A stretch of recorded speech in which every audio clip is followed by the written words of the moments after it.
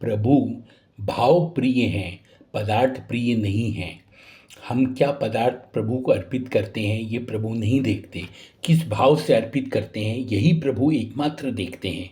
3 प्रसंग मुझे याद आते हैं जहाँ ये देखने को मिलता है कि प्रभु भाव के पीछे कुछ भी कर लेते हैं। सुदामा जी जब चिड़वे लेकर गए तो कांधे पर रखकर लटका कर उसे ले गए, पर जब द्वारकापुरी पहुँचे और प्रभु ने उनका भव्य स्वागत किया और अपने अंतरपुर में ले गए और फिर पूछा कि भाभी ने मेरे लिए क्या भेजा है, तो द्वारकापुरी का वैभव देखकर संकोच से सुदामा जी ने चिड़वे की पोटली को अपने कांख में दबा लिया। कांख ऐसी जगह होती है हाथ के नीचे की का जगह जहाँ पसीने के कारण दुर्गंध आती है। वहाँ दबाई कोई वस्तु हमें खाने के लिए दे दे तो हम भी उसे अस्वीकार कर देंगे। प्रभु ने वो नहीं देखा। प्रभु ने खींच कर कांख से चिड़वे की पोटली निकाली और बड़े भाव से भोग आरोगा। ये देखिए प्रभु का कितना विलक्षण भाव है, प्रभु भाव प्रिय हैं। दूसरा दृष्टांत भगवती सबरी जी का लेते हैं। हम प्रभु का जूठन प्रसाद के रूप में पाकर धन्य होते हैं।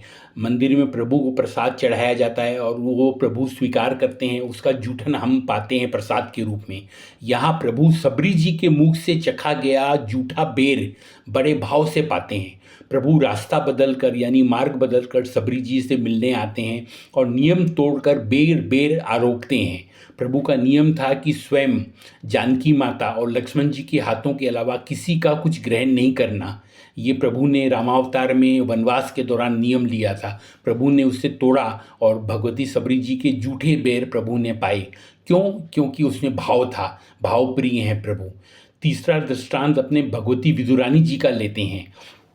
केले का छिलका एक बार खाकर देखें, हमें ही उल्टी हो जाएगी, पर विदुरानी जी जब भाव विभोर होकर केले का गुदा तो फेंकती रही और छिलके प्रभु को खिलाती रही और प्रभु बड़े प्रेम भाव से उसे आरोगते रहे।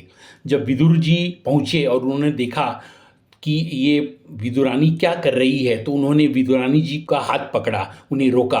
प्रभु ने बड़ा मार्मिक वाक्य कहा कि काका जी, वो काका जी कहते थे विदुर जी को, बोले काका जी आपने रंग में भंग कर दिया, इतने चाव से मैं खा रहा था काकी जी के हाथ से, आपने इससे रोक दिया।